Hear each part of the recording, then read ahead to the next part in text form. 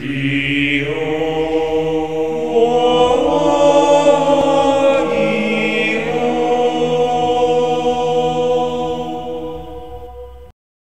morning, YouTube. This is Arthur J. Bohlmann coming at you with my own deck list of a Beatdown deck. Please stay after as I explain why I do what I do. Alright, starting off our monsters, we have our tributes: Gorz, Guardian Eatos, Jinzo, Alector, Sovereign of Birds, and Cyber Dragon.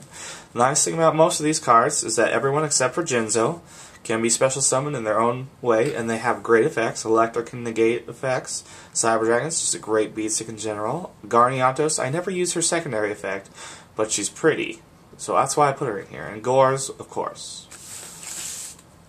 For our beat sticks, we have Chainsaw Insect, Goblin Attack Force, Susa Soldier, Miss Valley Falcon, Gene-Warped Warwolf, and Thunder King Rai-oh. All great. Most things nowadays do not run stuff with this high of a attack unless if they're just running one of them. And so this is really great just to get over some of those when they're not anticipating a beatdown deck. For our regular effects, we have Bazoo the Soul-Eater, really great, especially if you're drawing Eatos late game. He can go up and attack really quickly and get your grave open, which you don't really need. Maha Vailo, I run a lot of equip cards, so she's great. Naturia Cosmobeet, it's really great to special summon if you need to defend yourself. And he's my only tuner in the deck, so I use him for that purpose. Neo-Spacian Grand Mole, Summoner Monk, Penguin Soldier, Man-Eater Bug, Marshmellon, and to round off our monsters, we have a Copycat, who is really great all around. For trap cards, we don't have anything too original. We have a Mirror Force, Sakuretsu Armor, Bottomless Trap Hole, Call the Haunted, and a Magic Cylinder.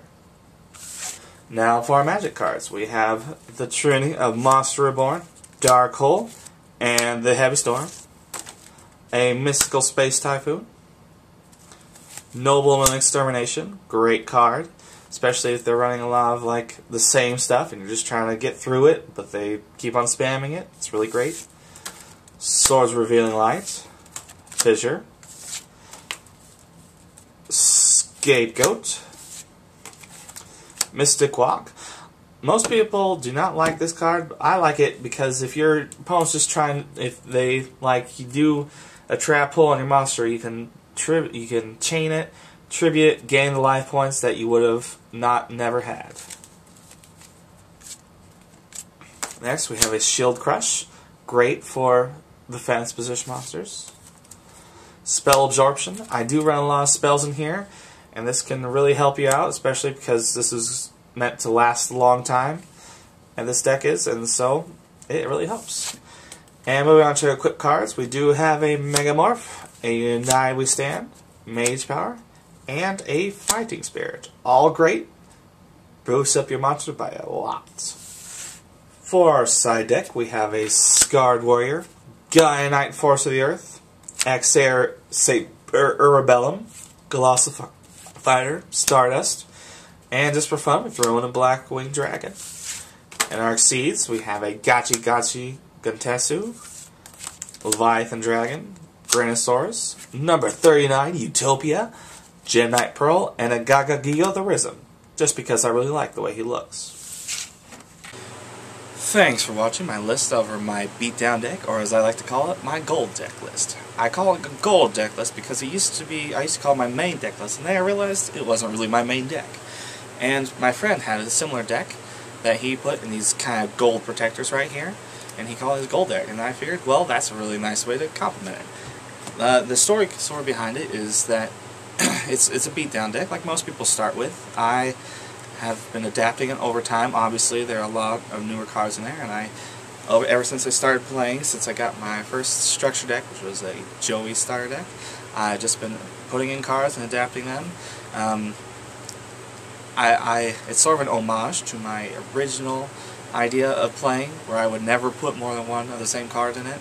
which I realized if you're trying to run a theme, it doesn't really work out too well. But it still seems to work out pretty well in this deck, because it always leaves your opponent for a surprise, and you're putting something new. I like to include a lot of my favorite cards, like Susa Soldier, and I still keep an old-fashioned Jinzo in there, just because it's the way. It's more of a personal deck when you make it your own, and to do it, spam it, all different, like here's a great card, let's play it, would be not true to who I am. And so this is why I stick with my first deck I ever created, my gold deck. Thanks for watching, and please subscribe.